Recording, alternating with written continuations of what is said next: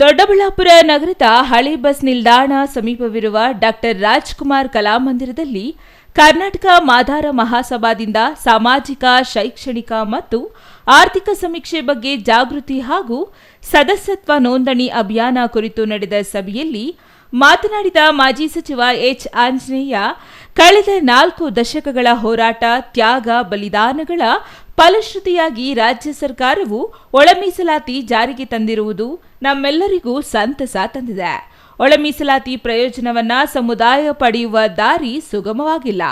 ಮೀಸಲಾತಿಗೆ ಅನುಗುಣವಾಗದ ಶೈಕ್ಷಣಿಕ ಅರ್ಹತೆಗಳುಳ್ಳ ಅಭ್ಯರ್ಥಿಗಳ ಸಂಖ್ಯೆ ಕೇವಲ ಬೆರಳೆಣಿಕೆಗಳಷ್ಟಿರುವುದು ದುರಾದೃಷ್ಟಕರ ಸಂಗತಿ. ಆದ್ದರಿಂದ ನಮ್ಮ ಸಮುದಾಯದ ಯುವಜನರನ್ನ ಕನಿಷ್ಠ ಪದವಿ ವಿದ್ಯಾವಂತರನ್ನಾಗಿ ರೂಪಿಸಬೇಕಾದ ಗುರುತರವಾದ ಜವಾಬ್ದಾರಿ ನಮ್ಮೆಲ್ಲರ ಮೇಲಿದೆ ಎಂದರು.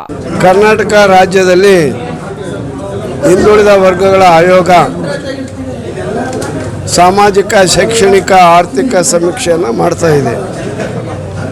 ಯಾವ್ಯಾವ ಸಮುದಾಯ ಈ ರಾಜ್ಯದಲ್ಲಿ ಎಷ್ಟಿದೆ, ಯಾವ್ಯಾವ ಸಮುದಾಯ ಮುಂದುವರೆದಿದೆ, ಯಾವ್ಯಾವ ಸಮುದಾಯ ಹಿಂದುಳಿದಿದೆ, ಯಾವ್ಯಾವ ಸಮುದಾಯ ಸಾಕ್ಷರತೆಯಲ್ಲಿ ಹೆಚ್ಚು ಸಾಧನೆಯನ್ನು ಸಾಧಿಸಿದೆ, ಯಾವ ಸಮುದಾಯ ಸಾಕ್ಷರತೆಯಿಂದ ವಂಚಿತ ಆಗಿದೆ, ಯಾವ್ಯಾವ ಸಮುದಾಯದವರು ಬಾಡಿಗೆ ಮನೆಯಲ್ಲಿದ್ದಾರೆ, ಯಾವ್ಯಾವ ಸಮುದಾಯದವರಲ್ಲಿ ಗುಡಿಸಲಿದ್ದಾರೆ, ಹೀಗೆ ಅವರ ಸ್ಥಿತಿಗತಿಗಳ ಬಗ್ಗೆ ಅಧ್ಯಯನ ಮಾಡಲಿಕ್ಕೆ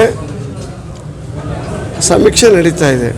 ಅದರಲ್ಲಿ ಕಡ್ಡಾಯವಾಗಿ ಎಲ್ಲರೂ ಕೂಡ ಅವರ ಧರ್ಮ, ಜಾತಿಯನ್ನು ಬರೆಸಲಿಕ್ಕೆ ಈಗಾಗಲೇ ಅವರವರ ಸಮಾಜದವರು ಸಭೆಗಳನ್ನು ಕರೆದು ಅವರ ಸಮಾಜಗಳಲ್ಲಿ ಜಾಗೃತಿ ಮೂಡಿಸ್ತಾ ಇದ್ದಾರೆ. Mahesh, CTV news, Doddaballapura.